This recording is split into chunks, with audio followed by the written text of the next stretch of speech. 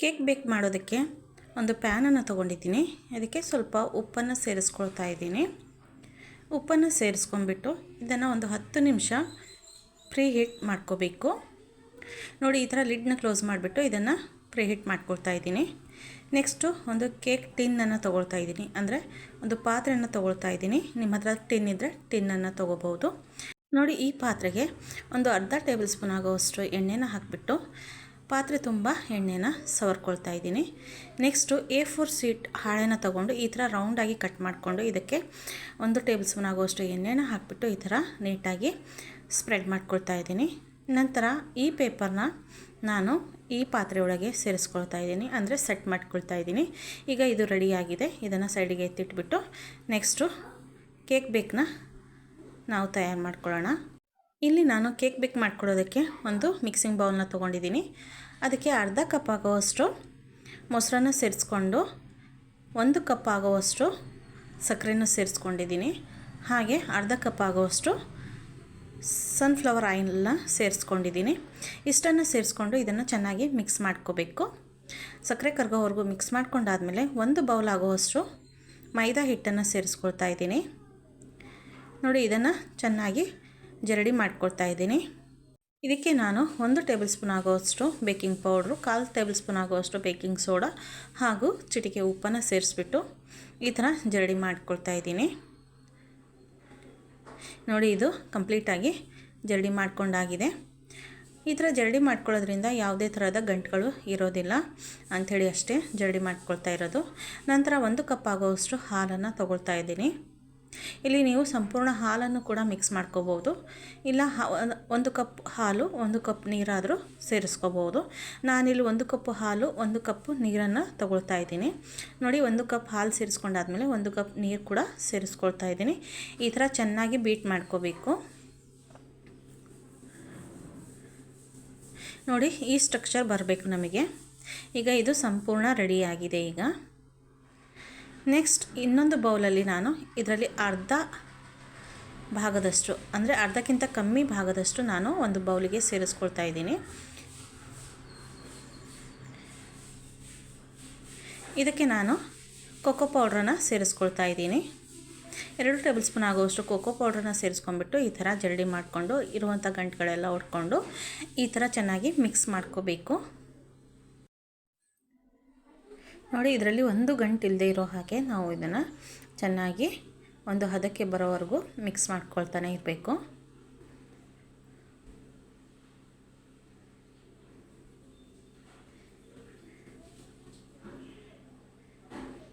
ನೋಡಿ, ಈಗ ಇದು ಗಟ್ಟಿ ಅನ್ನಿಸ್ತಾ ಇರೋದ್ರಿಂದ 1-2 ಟೇಬಲ್ ಸ್ಪೂನ್ ಆಗುವಷ್ಟು ನೀರನ್ನು ಸೇರಿಸ್ಕೊಂಡ್ಬಿಟ್ಟು ಇದನ್ನು ಮಿಕ್ಸ್ ಮಾಡ್ಕೊಳ್ತಾ ಇದ್ದೀನಿ. ನೋಡಿ, ಈ ಹದಕ್ಕೆ ಆದರೆ ಸಾಕು ನಮಗೆ. ಈಗ ಇದಕ್ಕೆ 1-2 ಡ್ರಾಪ್ ಆಗುವಷ್ಟು ವೆನಿಲಾ ಎಸೆನ್ಸ್ನ ಹಾಕ್ಕೊಳ್ತಾ ಇದ್ದೀನಿ. ನೋಡಿ, ಇದು ರೆಡಿಯಾಗಿದೆ. ಮತ್ತು ಇದಕ್ಕೆ ನಾನು 1-2 ಟೇಬಲ್ ಸ್ಪೂನ್ ಆಗುವಷ್ಟು ಕಸ್ಟರ್ಡ್ ಪೌಡ್ರನ್ನ ಸೇರಿಸ್ಕೊಳ್ತಾ ಇದ್ದೀನಿ. ಇದು ಕಲರಿಗೋಸ್ಕರ ಅಷ್ಟೇ ನಾನು ಸೇರಿಸ್ಕೊಳ್ತಾ ಇರೋದು. ನಿಮ್ಮ ಹತ್ರ ಕಲರ್ ಇದ್ದರೆ ಕಲರ್ನ ಮಿಕ್ಸ್ ಮಾಡ್ಕೋಬೋದು. ಹಾಗೆ 2 ಡ್ರಾಪ್ ಆಗುವಷ್ಟು ವೆನಿಲಾ ಎಸೆನ್ಸ್ನ ಸೇರಿಸ್ಕೊಂಡಿದ್ದೀನಿ. ಟೋಟಲಾಗಿ 1 ಟೇಬಲ್ ಸ್ಪೂನ್ ಆಗುವಷ್ಟು ವೆನಿಲಾ ಎಸೆನ್ಸ್ನ ಎರಡಕ್ಕೂ ಸೇರಿಸ್ಕೊಂಡಿರೋ ಅಂಥದ್ದು.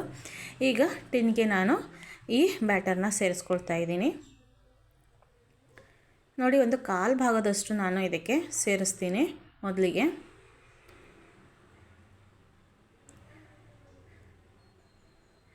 ನೋಡಿ, ಇಷ್ಟನ್ನು ಸೇರಿಸ್ಕೊಂಡಾದಮೇಲೆ ನೆಕ್ಸ್ಟ್ ಇದಕ್ಕೆ ನಾನು ಕೋಕೋ ಪೌಡ್ರ್ ಮಿಕ್ಸ್ ಮಾಡ್ಕೊಂಡಿರೋ ಅಂಥ ಬ್ಯಾಟರ್ನ ಈ ಥರ ಸೇರಿಸ್ಕೊಳ್ತಾ ಇದ್ದೀನಿ. ನಿಧಾನಕ್ಕೆ ಇದು ಮೇಲ್ಗಡೆನೇ ಕುತ್ಕೋಬೇಕು, ಮಧ್ಯದಲ್ಲಿ ಮಾತ್ರ ಕುತ್ಕೋಬೇಕು. ನೋಡಿ, ಈ ಥರ ನಿಧಾನಕ್ಕೆ ಸೇರಿಸ್ಕೊಳ್ತಾ ಇದ್ದೀನಿ. ಇದು ಕಂಪ್ಲೀಟಾಗಿ ಕವರ್ ಆಗೋ ಹಾಗೆ ಇದನ್ನು ಸೇರಿಸ್ಕೋಬೇಕು.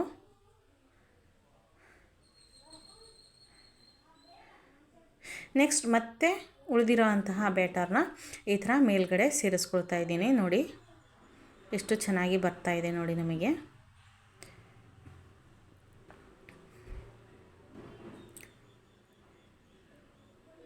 ಈ ಥರ ಸಂಪೂರ್ಣ ಇದು ಬ್ಯಾಟರು ನೀಟಾಗಿ ಸೇರಿಸ್ಕೋಬೇಕು. ಸೇರಿಸ್ಕೊಂಡಾದ್ಮೇಲೆ ಈಗ ಪ್ರೀ ಹೀಟ್ ಮಾಡಲಿಕ್ಕೆ ಇಟ್ಟಿದ್ವಲ್ಲ ಪಾತ್ರೆಯಲ್ಲಿ ಇದನ್ನು ಸೇರಿಸ್ಕೊಳ್ತಾ ಇದ್ದೀನಿ. ನಂತರ ಲಿಡ್ನ ಕ್ಲೋಸ್ ಮಾಡಿಬಿಟ್ಟು ಇದು 30 to 40 ಮಿನಿಟ್ವರೆಗೂ ಇದನ್ನು ಬೇಯಲಿಕ್ಕೆ ಬಿಡಬೇಕು. ನೋಡಿ ಎಷ್ಟು ಪರ್ಫೆಕ್ಟಾಗಿ ಬೆಂದಿದೆ ಅಂಥೇಳಿ, ಎಷ್ಟು ಚೆನ್ನಾಗಿ ಬೆಂದಿದೆ ಅಂಥೇಳಿ. ನೋಡಿ ಈಗ ಚೆಕ್ ಮಾಡ್ಕೊಳ್ಳೋಣ. ಒಂದು ಸ್ಪೂನ್ ಅಥವಾ ಟೂತ್ ಪಿನ್ನ ಹಾಕಿಬಿಟ್ಟು ನೋಡ್ಕೊಳ್ಳೋಣ.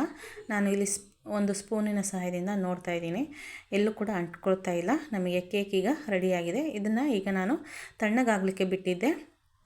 ನೋಡಿ ತಣ್ಣಗಾದಮೇಲೆ ಇದನ್ನು ಸ್ವಲ್ಪ ಎಡ್ಜಸ್ನ ಬಿಡಿಸ್ಕೊಂಡು ಮೇಲ್ಗಡೆ ಇರುವಂತಹ ಪೇಪರ್ನ ತೆಗಿತಾ ಇದ್ದೀನಿ. ನೋಡಿ ಈಗ ಎಷ್ಟು ಸ್ಪಾಂಜಿಯಾಗಿ ಬಂದಿದೆ ಅಂಥೇಳಿ. ನಮಗೆ ಕೇಕು ತುಂಬಾ ಚೆನ್ನಾಗಿ ತುಂಬಾ ಸ್ಪಾಂಜಿಯಾಗಿ ಬರುತ್ತೆ. ಕ್ರಿಸ್ಮಸ್ ಹಬ್ಬಕ್ಕೆ ಮಕ್ಕಳು ತುಂಬಾ ಕೇಳ್ತಾಯಿದ್ರು ಅಂಥೇಳಿ ಈ ಕೇಕ್ನ ರೆಡಿ ಮಾಡಿದೆ. ಎಷ್ಟು ಚೆನ್ನಾಗಿ ಬರುತ್ತೆ ಅಂತ ನಾನು ಕೂಡ ಅಂದ್ಕೊಂಡಿರಲಿಲ್ಲ. ತುಂಬಾ ಚೆನ್ನಾಗಿ ಬಂತು. ನೀವು ಕೂಡ ಒಂದು ಸಲ ಟ್ರೈ ಮಾಡಿ ಯಾವ ಥರ ಬಂತು ಅಂಥೇಳಿ ನನಗೂ ಕೂಡ ತಿಳಿಸಿ. ನೋಡಿ ಎಷ್ಟು ಸ್ಪಾಂಜಿಯಾಗಿ ಬಂದಿದೆ ಅಂಥೇಳಿ. ಈಗ ಇದನ್ನು ಕಟ್ ಮಾಡಿ ಕೂಡ ತೋರಿಸ್ತೀನಿ. ಮಕ್ಕಳಂತರೂ ತುಂಬಾ ಅವಸರ ಮಾಡ್ತಾಯಿದ್ರು, ಕಟ್ ಮಾಡಿ ಕೊಡು ಅಂಥೇಳಿ. ತಣ್ಣಗಾಗಲಿಕ್ಕೂ ಬಿಡ್ತಾ ಇರಲಿಲ್ಲ. ಒಂದು 3/4% ತಣ್ಣಗಾಗಿತ್ತು. ಅಷ್ಟೊತ್ತಿಗೆ ಕಟ್ ಮಾಡು ಅಂಥೇಳಿ ಕಾಡಿಸ್ತಾಯಿದ್ರು.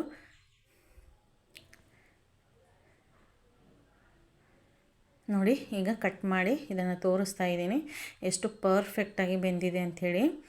ತುಂಬಾ ಸ್ಪಾಂಜಿಯಾಗಿತ್ತು.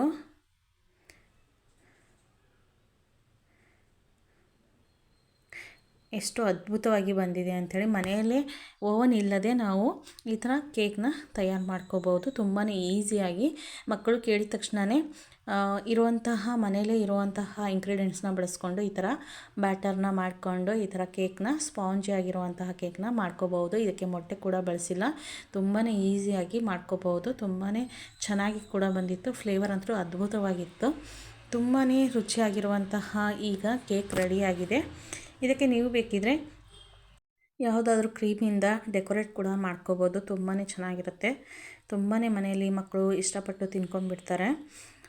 ಈ ವಿಡಿಯೋ ಯಾರಿಗೆಲ್ಲ ಇಷ್ಟ ಆಯಿತು ದಯವಿಟ್ಟು ಲೈಕ್ ಮಾಡಿ, ಶೇರ್ ಮಾಡಿ. ಮತ್ತೆ ಮುಂದಿನ ವಿಡಿಯೋದಲ್ಲಿ ಸಿಗೋಣ. ಬಾಯ್.